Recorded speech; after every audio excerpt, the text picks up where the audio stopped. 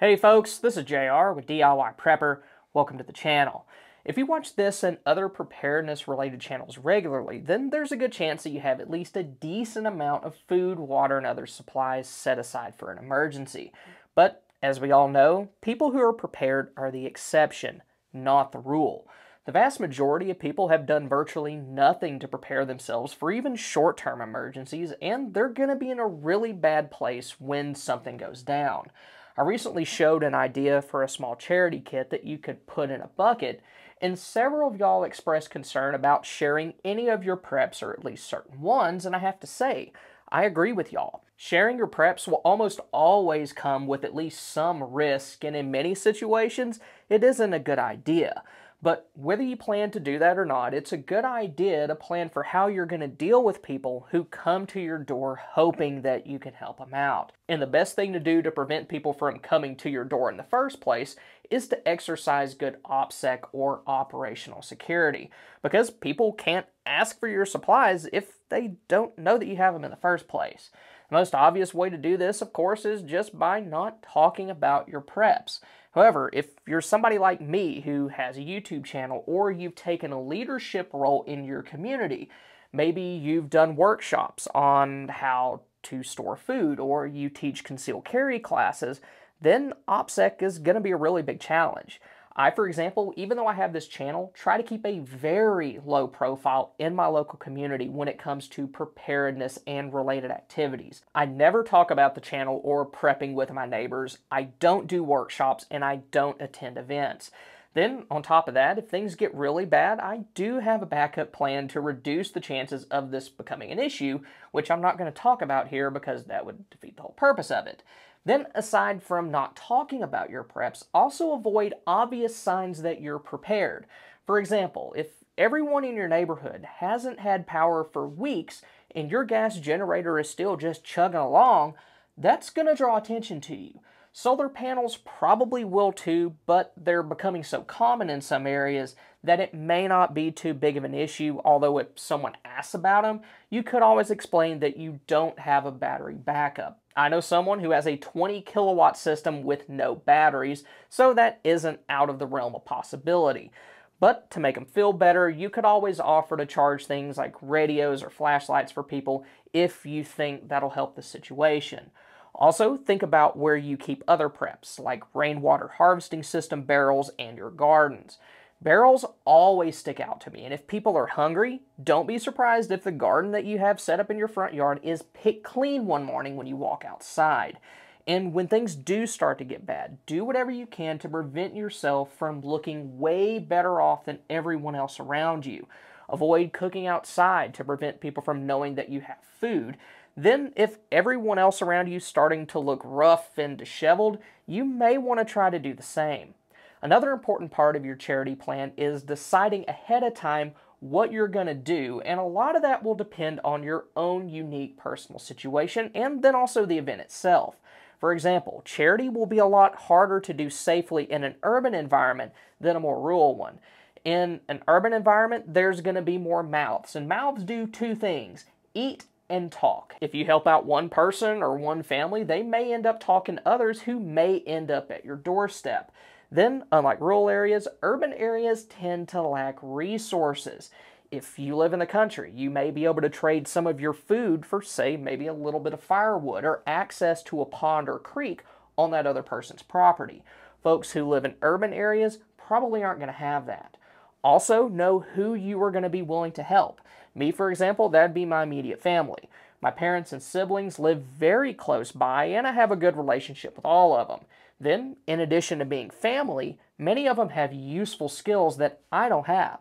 Things like medical, gardening, and we even have a diesel mechanic in the family. And if we were in a really long-term situation, those would definitely come in handy. Then there's other people who I'd either like to help out as much as I could, or others I just want to get rid of. And that's where a kit like what I showed in the Bucket Survival Kit video would come in handy. But in all reality, chances are I'd be long gone before things got bad enough for someone who lives near me and knows about my preps to come asking for something. But the level of charity you can afford also depends on the situation, and in general, you can afford to be more generous during a short-term situation than you could in a full-on collapse.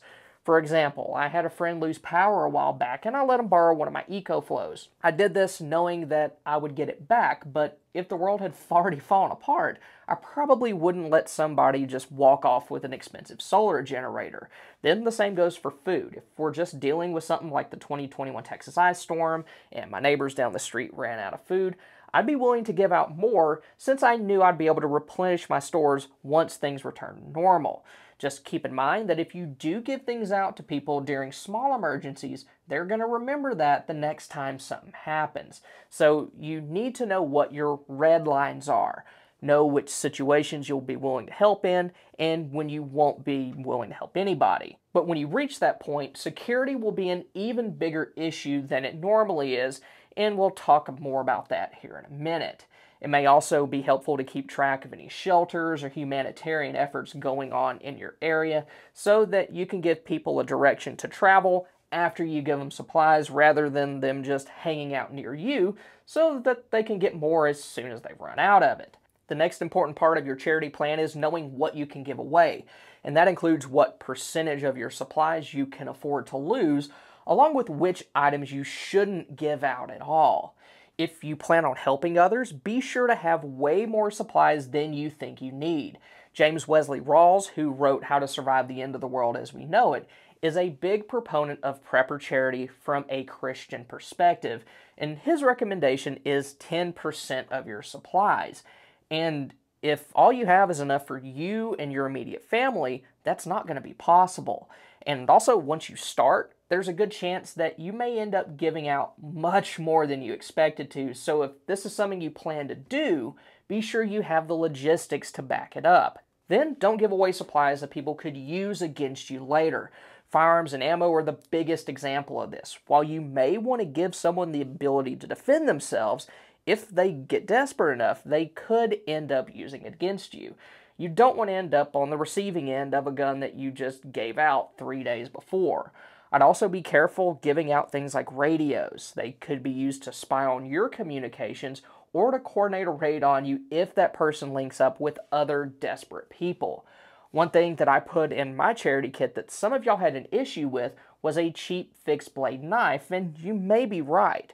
I was just thinking about giving them something that they could use as a tool, and I wasn't really concerned about getting poked, since I would have something with a much greater effective range strapped to me, but it is possible if things go wrong. Now, I would definitely avoid handing out things like hatchets, axes, and machetes because those can do massive amounts of damage even with just one hit. So if you want to hand out tools, maybe opt for things like multi-tools and Swiss Army knives. Those will give whoever you're trying to help a lot of functionality, but it's not going to present too much of a potential threat to you later on. Swiss Army knives in particular would work really well for this since most of them don't have locking blades. You usually need to look at their larger models to find something that locks in place. Fortunately though, there are a lot of things out there that if you hand out shouldn't pose any threat to you later on. Blankets and spare clothes are always a safe bet along with food. During the early stages of a situation, you could even give people food that would just spoil otherwise. Maybe it's good for now, but it'll go bad soon since you don't have a way to power a freezer long term and you don't have, say, canning supplies to preserve it. I would, however, avoid handing out things like MREs and dedicated survival food. If you give those to people, it kind of sends a message that you probably have more of that in your home, or it may get them thinking, if they can afford to give away this military MRE, what else do they have? And then the same goes for survival gear. Try to only give out what could be considered generic camping gear, preferably stuff that's been used and abused, but still has some usable life in it. But in my opinion, bartering may be a better option than just giving something away for free, especially in longer term situations. If you're giving things out for free, then you run the risk of becoming the neighborhood food bank. However, if you're trading, then that sends the message that you have things that you need as well, which puts you closer to the same level as everybody else, at least in their eyes. You could always barter basic necessities like food, but don't overlook things like hygiene items. People will be desperate for things like soap, toothpaste, and feminine hygiene products, and if you pick them up at places like the Dollar Tree, it's not going to cost too much to set those aside. Then, if you have land, you have a ton of options. If you have a large garden or fruit trees, you could offer part of your harvest to people in exchange for them working in your garden. If you have a pond, then you could trade water for other things that you may need. Now, most people won't have a backup power source to keep electronics running long term, but if you do, that could be another thing you could trade. You could allow people to charge things like flashlights, radios, or power tool batteries in exchange for something. Then also don't overlook skills that you could barter or that you could use. Medical personnel, especially doctors and nurses, would be extremely important during a disaster. If you're one of those people, that's great, you have a usable skill, but if not and you know one, it may be worth using some of your resources to take care of them because eventually you're going to need those services. But one of the most important things to take care of if you plan on doing any sort of prep or charity is having a well thought out security plan. Because the last thing that you want to do is be reckless and end up turning your preparedness supplies into an episode of Oprah. You get a bug out bag, you get a bug out bag, everybody gets a bug out bag. So you have to be prepared to defend your supplies. That means that you need to have the tools, mindset, and skills necessary to do so. So an example of that, anytime somebody knocks at your door, don't open it up. Talk to them a good distance away from the door behind something that should give you at least some protection, because you don't want people that you can't see rushing you the second that you open the door or shooting through it when they know that you're right on the other side. You could also use backup security measures like battery-operated motion sensors and magnetic door and window alarms to monitor your property outside of your home, along with any entrances to it. You could protect those in some sort of Faraday enclosure if you're concerned about an EMP. Also, when giving out supplies, you may want to already have it set outside hidden so you can just direct people to it. That would prevent you from having to expose yourself by opening your door. And then when you reach the point where you don't have anything else to give, you're going to have to be firm and let people know that for their own safety, they don't need to push it. But also keep in mind that if people know that you have supplies, they may not want to take no for an answer, and that's why having good OPSEC is so important. Several years back, National Geographic released a docudrama called American Blackout, which was a very good representation of how people from different walks of life would react to a 10-day blackout of the continental United States. It showed everyone from yuppies in a high-rise apartment to a family of preppers with everything that most of us wish that we had. The dad was more or less your standard cartoon variety prepper who had a bug-out location, complete with a house stocked full of supplies and a bunker. The locals, who he had absolutely no relationship with, saw him coming up and working on his property and knew that he was prepared. One of them asked for a little help and he totally refused. Then within a couple of days, that same guy came back at night with a bunch of other equally as desperate people and then just raided their house and got what they want. Since it was just him, his 12-year-old son, and his teenage daughter's dipstick boyfriend, they didn't have a chance of protecting themselves and their supplies. So, even though it comes with some risk, the best way to stay safe, especially during a long-term situation, may be to join up with other preppers or a larger group of family or friends. Now, if you have like-minded people that you're already close to, then that's a good situation. But if you don't, then you're going to have to put yourself out there, which in itself could endanger your OPSEC. But if you're successful at this, then you could potentially have a group of people with a diverse skill set that you could share supplies with and who would have your back if things went south. And when trying to find people, rather than mentioning preparedness outright, you may want to just talk about certain topics to feel them out. That could include things like recent disasters, hunting, shooting, gardening, or anything else potential preppers would be interested in.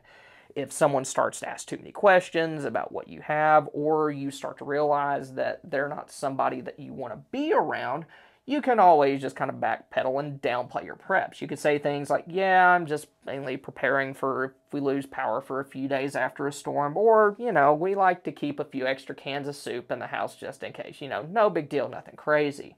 It may also be a good idea to keep some of your preps cached in an alternate location in case your main supplies get stolen or damaged by flooding or a fire. So if you want to learn how to hide your prepping supplies to make them harder to find and make backup caches, then click here. Or if you want to see preps that you need to survive in an urban environment, then click here.